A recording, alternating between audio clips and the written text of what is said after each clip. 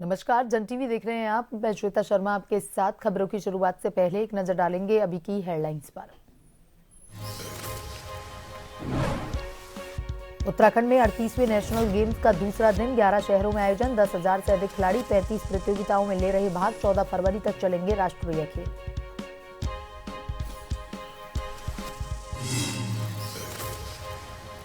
रामनगर में roadways bus और tempo में भिड़ंत, एक व्यक्ति की मौत, 4 गंभीर घायल। तेलीपुरा गांव के पास हुआ हादसा, पुलिस जुटी जांच में।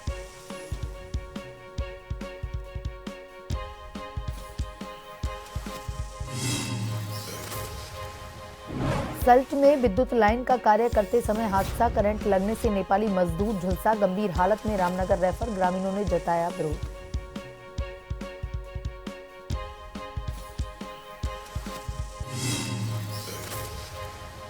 निकाय चुनाव में हार के बाद कांग्रेस प्रत्याशी पूजा गुप्ता ने की प्रेस कॉन्फ्रेंस, कहा मीडिया का भरपूर सहयोग मिला, प्रशासन पर लगाया आरोप।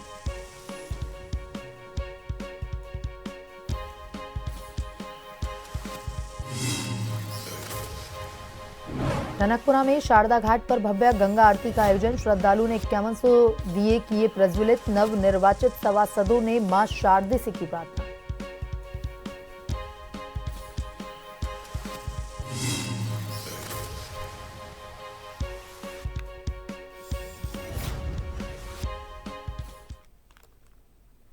और अब खबरें विस्तार से।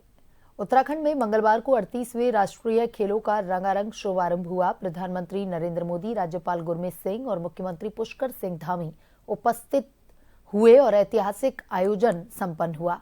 इस मौके पर प्रधानमंत्री ने देश को 2047 तक विकसित राष्ट्र बनाने का संकल्प दोहराया और उत्तराखंड के विकास के लिए राज्य सरकार के प्रयासों की सराहना की।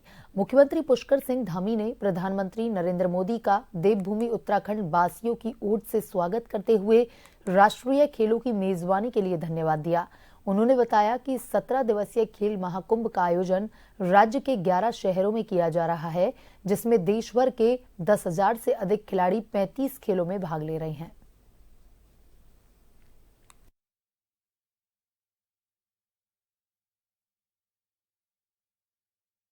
एक भारत श्रेष्ठ भारत की बड़ी सुंदर तस्वीर यहां दिख रही है। नेशनल गेम्स में इस बार भी कई देसी पारंपरिक खेलों को शामिल किया गया है। नेशनल गेम्स में मिलने वाले सभी मेडल और ट्रॉफी ई-वेस्ट से बनी है। मेडल जीतने वाले खिलाड़ियों के नाम पर यहां एक पौधा भी लगाया जाएगा। उत्तराखंड को राष्ट्रीय स्तर की इतनी महत्वपूर्ण खेल आयोजन की जिम्मेदारी देने के लिए मैं आपका प्रदेश के प्रत्येक नागरिक की ओर से हार्दिक धन्यवाद करता हूं। यह आयोजन जहां एक ओर खेल प्रतिभाओं को अपने खेल कौशल को प्रदर्शित करने का एक अभिनव मंच प्रदान करेगा, वहीं मुझे पूर्ण विश्वास है कि इन खेलों से अमृत पीढ़ी की अनेक ऐसी प्रतिभाएं निकलेंगी जो आने वाले समय में उत्तराखंड का ही समूचे भारतवर्ष का नाम विश्व पटल पर रोशन करेंगी। रुड़की नगर निगम से कांग्रेस की प्रत्याशी पूजा गुप्ता ने प्रेस कॉन्फ्रेंस कर मीडिया का आभार जताते हुए कहा कि वह भले ही इस चुनाव में हार गई हों, पर उन्हें मीडिया का भरपूर सहयोग मिला, उसका वह धन्यवाद करती हैं। वहीं महानगर कांग्रेस अध्यक्ष राजेंद्र चौधरी ने भी मीडिया का आभार जताया। इस दौरान पूजा गुप्ता के पति सचिन गुप्ता ने भी कहा कि कांग्रेस प्रत्याशी जिताऊ प्रत्याशी थी, जिन्हें जानबूझकर के हराने का काम किया गया।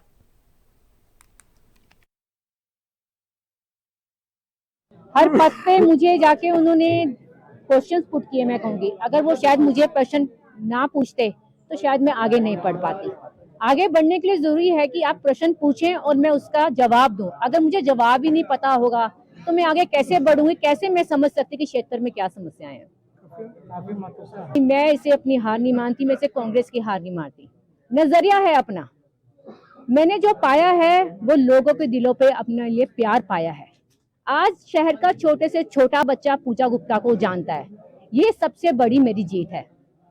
देखिए, ये तो निशंक जी ने भी साफ कहा था और बत्रा जी ने भी कहा था कि शासन हमारा, प्रशासन हमारा, जीत हमारी।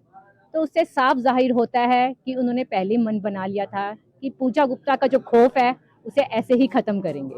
सबसे बड़ी बात यह है कि रुड़की में कांग्रेस ने इतना शानदार प्रत्याशी दिया, शिक्षित, योग्य, जिसने जो है जनता के सवालों की बात उठाई, जनहित के मुद्दे उठाए, जिसने तमाम जितने कंटेस्टेंट थे उनके सामने उन्हें बुलाने का, उन्हें ललकारने का काम किया कि आइए हम रुड़की के विकास के लिए आपस में एक डिबेट करते हैं, और जो जिसका सबसे अच्छा नज़रिया हो, जिसकी एक सोच हो, जिसके पास एक प्लान हो, उसे जनता मौका दे। लेकिन जो है कोई आदमी सामने नहीं आया, कोई प्रत्याशी सामने नहीं आया, ना दूसरी पार्टियों की तरफ से कोई इसका माकूल जवाब आया जो पूजा गुप्ता ने उठाया। इसके बाद भी जनता का जो मैंडेट है, मैं नहीं मानता, क्योंकि जनता के बीच में कांग्रेस और पूजा गुप्ता की बात थी। टनकपुर में शारदा घाट पर नगरपालिका अधिशासी अधिकारी भूपेंद्र प्रकाश जोशी के नेतृत्व में भव्य गंगा आरती का आयोजन किया गया। इस दौरान मौजूद भक्तों ने 5100 दीप शारदा घाट पर प्रज्वलित किए। सैकड़ों की संख्या में प्रज्वलित दीपों से शारदा घाट जगमगा उठा। इस दौरान घाट पर सभी नवनिर्वाचित सभासदों और केपीएस कर्मचारियों ने मां शारदे से प्रार्थना की।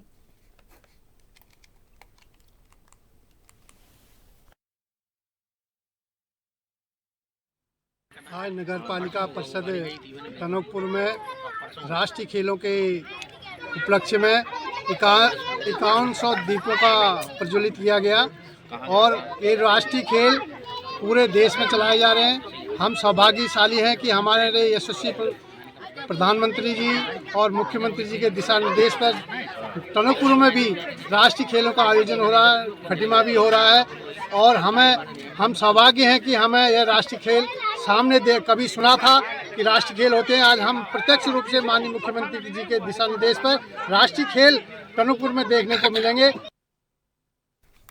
वहीं रामनगर में नेशनल हाईवे 309 पर तेलीपुरा गांव के पास रोडवेज बस और यात्री टेम्पू में जबरदस्त भिड़ंत हो गई। हादसे में टेम्पू चालक सहित 5 लोग गंभीर रूप से घायल हुए, जिन्हें तुरंत उपचार के लिए रामनगर के सरकारी अस्पताल में पहुंचाया गया, जहां डॉक्टरों ने एक व्यक्ति को मृत घोषित कर दिया। फिलहाल पुलिस आगे की कार्रवाई में जुटी हुई है।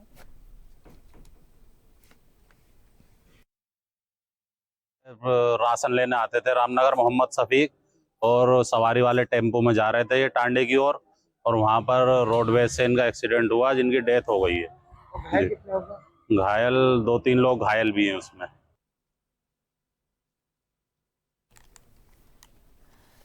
वहीं अल्मोड़ा के सल्ट से इस वक्त की खबर सामने आ रही है, जहां पर हरड़ा मोलेखी में विद्युत लाइन में कार्य कर रहा नेपाली युवक करंट से झुलस गया। ट्रांसफार्मर में तेज आवाज आने से स्थानीय ग्रामीण डर गए और घरों से बाहर निकलकर देखा तो ट्रांसफार्मर के ऊपर युवक विद्युत लाइन में चिपका हुआ था, जिसे करीब 1.5 घंटे की कड़ी मशक्कत के बाद नीचे उतारा गया। ग्रामीणों ने घायल नेपाली मजदूर को एम्बुलेंस की मदद से प्राथमिक स्वास्थ्य केंद्र भोनखाल में भर्ती करवाया, जहां प्राथमिक उपचार के बाद उसे रामनगर रेफर किया गया। ग्रामीण लोगों ने विद्युत विभाग की कार्य प्रणाली को लेकर के आक्रोश व्यक्त किया।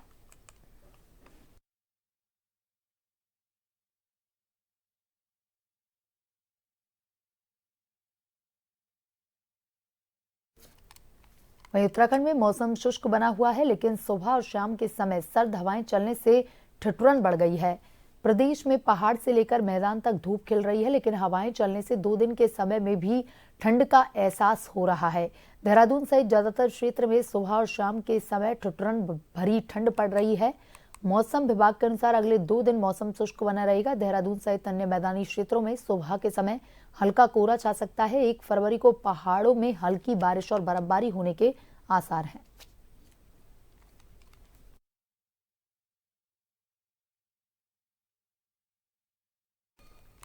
रामनगर के छुई गांव में स्थित चांदनी इको पर्यटक जोन तराई पश्चिमी वन प्रभाग की वेल पड़ाव रेंज के अंतर्गत खुलने जा रहा है। वहीं इस नए पर्यटन जोन के खोले जाने को लेकर ग्रामीणों ने इसका पुरजोर विरोध करना शुरू कर दिया। ग्रामीणों ने छुई गांव में एक बैठक की, जिसमें उन्होंने कहा इस जोन के खुलने से जंगली जानवर गांव की तरफ आएंगे और फसलों को नुकसान पहुंचाएंगे। इसके साथ ही मानव वन्य जीव संघर्ष की घटना भी बढ़ जाएंगी। ग्रामीणों ने कहा अगर इस पर्यटन जोन को खोला गया तो वह इसका पुरजोर विरोध करेंगे।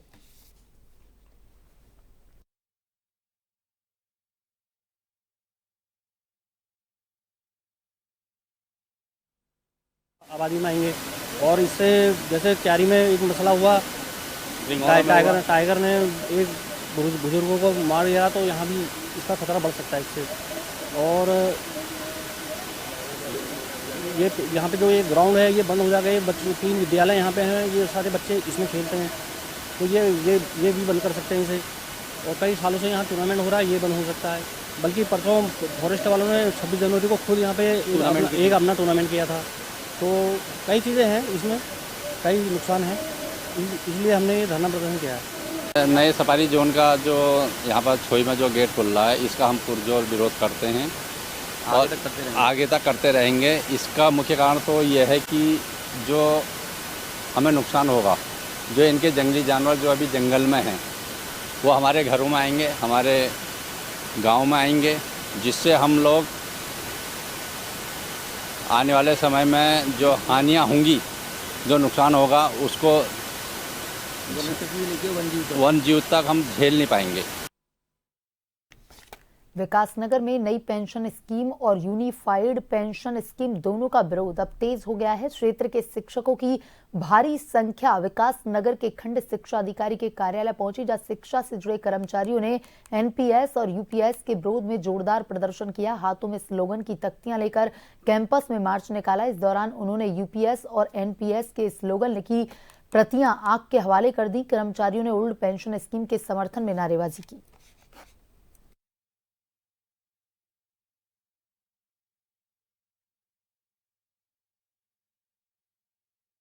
क्या हुआ कि एनपीएस की जो लड़ाई बहुत लंबे समय से चल रही है। अब सरकार ने क्या करा कि इसमें जब सरकार को लगा कि वाकई जो एनपीएस बड़ी एक खराब चीज़ है, और तो उन्होंने क्या करा, इसमें कमेटी बिठाकर यूपीएस अब लागू कर दिया, जिसका गजट अभी भी लागू हुआ। और यूपीएस भी एक एनपीएस का ही बड़ा भाई है। उसमें बहुत सारी खामियां, इतनी सारी खामियां हैं कि एक खामी तो सीधा यही है कि आपको जो है ना 25 साल के बाद जो है आधी पेंशन दी जाएगी, और जो 20 साल जिनको सेवा को हो रहा है, सरकार ने 42 साल अंतिम जो है सरकारी सेवा में आने की जो उम्र है 42 साल है, और जो 42 साल में लगेगा उसकी तो सेवा 18 साल हो रही है, तो वो तो पेंशन से बाहर हो रहा है। तो इस प्रकार की बहुत सारी खामियां इसमें हैं, जो कि हमारे एक सरकारी कर्मचारियों के बिल्कुल जो एक जीवन के लिए सुरक्षा बिल्कुल नहीं है इसमें। और हम सरकार से यही निवेदन करते हैं कि आप जो है जल्द से जल्द पुरानी पेंशन लागू करें। आज हम सब ने यहाँ पर जो ये गजट लागू किया गया है, उस गजट को जो है हमने उसकी प्रतियां फूकी हैं और उसका विरोध किया है, और हम यूपीएस का बिल्कुल विरोध करते हैं, एनपीएस का विरोध करते हैं। हमको हूबहू पुरानी पेंशन। ये बढ़ते हैं खबरों की तरफ। हल्द्वानी में नेशनल गेम्स के अंतर्गत ट्रायथलॉन की रिले प्रतियोगिता में महाराष्ट्र की टीम ने गोल्ड, मध्य प्रदेश की टीम ने ब्रॉन्ज और तमिलनाडु की टीम ने सिल्वर मेडल जीता है। 4 खिलाड़ियों की इस प्रतियोगिता में 250 मीटर स्विमिंग, 10 किलोमीटर साइकिलिंग और 2.5 किलोमीटर रनिंग की गई। राष्ट्रीय खेलों में देश के विभिन्न राज्यों से आए खिलाड़ियों को उत्तराखंड का माहौल अच्छा लगा। कई खिलाड़ी गोवा राष्ट्रीय खेलों के बाद उत्तराखंड के राष्ट्रीय खेलों में भी पहुंचे हैं। ने प्रेजेंटेशन किया महाराष्ट्र के लिए। हाँ। पार्थ मिर्गे, कौशिक मालनकर, मानसी मोहिते और मैं। हाँ। तो क्या रहा आपका रिजल्ट आपका? अभी हमारी टीम फर्स्ट आई है। कैसा लग रहा है हल्द्वानी में जो है पहली बार यहाँ पर राष्ट्रीय खेल हो रहे हैं, कैसा लगा यहाँ की? बहुत अच्छा नेचर है और जो वेदर है वो भी बहुत अच्छा है। आज मैं मिक्स रिले में पार्टिसिपेट किया था। हाँ। और हमें गोल्ड लगा है। अच्छा लग रहा है। अच्छा, कैसा फील कर रहे हो यहाँ उत्तराखंड आए हो आप लोग? उत्तराखंड आके बहुत अच्छा लग रहा है, क्योंकि कुछ तो नया देखने मिल रहा है, नया सीखने मिल रहा है, क्योंकि हर वक्त ट्रायथलॉन का जो इवेंट है वो अर्ली मॉर्निंग होता था, तो यहाँ पे कुछ तो नया देखा है, क्योंकि दोपहर में इवेंट हुआ है। तो मतलब मिक्स रिले जो ट्रायथलॉन का हुआ है, जिसमें 250 मीटर रन स्विमिंग होता है, 10 किलोमीटर साइकिलिंग और 2.5 किलोमीटर रनिंग होता है, जिसमें महाराष्ट्र के 4 बच्चे जो है दे बिलोंग्स टू क्रीडा प्रबोधिनी ऑफ पुणे, और वही क्रीड़ा प्रबोधिनी पुणे का भी मैं कोच हूँ। They all belongs to me and they all belongs to Maharashtra. ये हमने महाराष्ट्र के लिए फर्स्ट मतलब सेकंड गोल्ड मेडल दिया है। कल इस इवेंट में इंडिविजुअल इवेंट में डॉली पाटिल ने गोल्ड मेडल और मानसी मोहिती ने सिल्वर मेडल लिया है और बॉयज़ में पार्थ मिर्गी ने ब्रॉन्ज मेडल लिया है। हल्द्वानी में खो खो खेल प्रतियोगिता में पुरुष वर्ग ने उड़ीसा को हराकर पहली जीत हासिल की। वहीं इस मौके पर खो खो फेडरेशन के राष्ट्रीय अध्यक्ष संजय यादव ने नेशनल गेम के आयोजन को लेकर सरकार की प्रशंसा की। महिला वर्ग में उत्तराखंड और महाराष्ट्र के बीच खेला गया।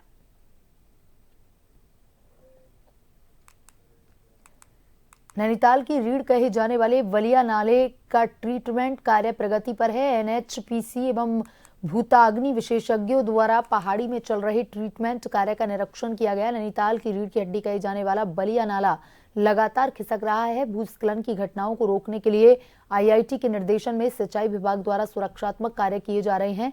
इस कार्य को भौगोलिक परिस्थिति के दृष्टिगत कई भागों में वितरित कर किया जा रहा है।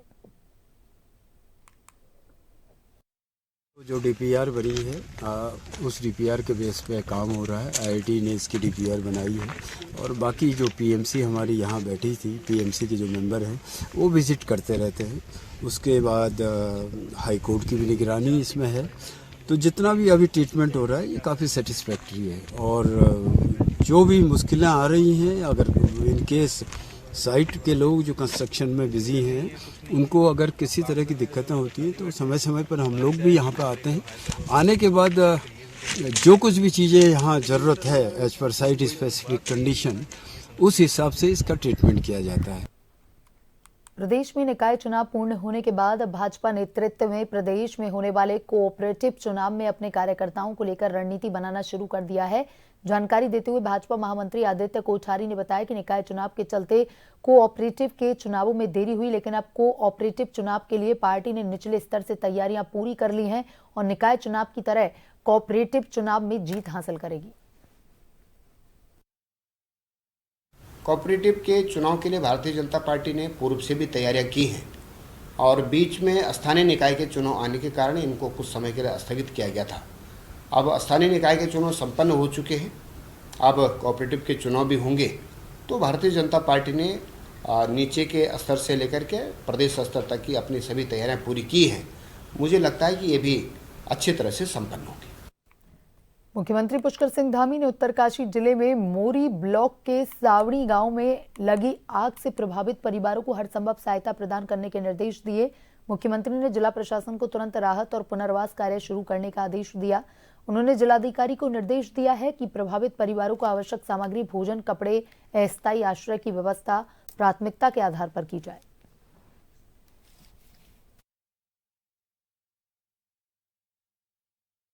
बीती रात सावनी में हुई अग्निकांड से मैं और बड़ा मन विचलित है। जैसे ही घटना मिली तत्काल मैंने जिला प्रशासन, एसडीआरएफ और जो सहायता समूह और ग्रामीणों को भी संपर्क में था और आज सुबह मैं हमारे प्रदेश के यशस्वी मुख्यमंत्री जी से मुलाकात की और पूरी घटनाक्रम के बारे में उनको बताया और माननीय मुख्यमंत्री जी ने पूरा आश्वस्त किया कि पीड़ितों के साथ हम और हमारी सरकार तत्पर है। और एक जो घटना हुई है, एक महिला की वहाँ पे मृत्यु हुई है, वो बड़ी दुखदायी घटना है और कई जो माल मवेशी हमारी जो है जलकर खाक हुई है। और नजर डालेंगे अभी की हेडलाइंस पर। उत्तराखंड में 38वें नेशनल गेम्स का दूसरा दिन, 11 शहरों में आयोजन। 10,000 से अधिक खिलाड़ी 35 प्रतियोगिताओं में ले रहे भाग। 14 फरवरी तक चलेंगे राष्ट्रीय खेल।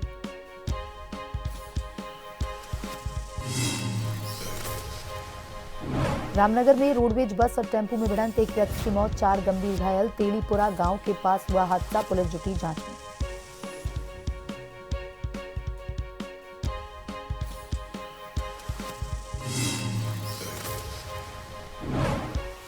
सल्ट में विद्युत लाइन का कार्य करते समय हादसा, करंट लगने से नेपाली मजदूर झुलसा, गंभीर हालत में रामनगर रेफर। ग्रामीणों ने जताया आक्रोश।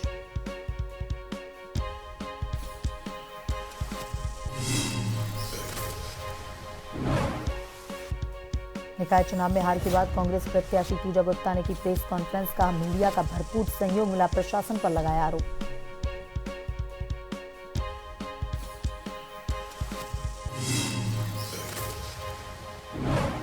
टनकपुर में शारदा घाट पर भव्य गंगा आरती का आयोजन, श्रद्धालुओं ने 51 से दिए किए प्रज्वलित, नव निर्वाचित सभासदों ने मां शारदा से की प्रार्थना।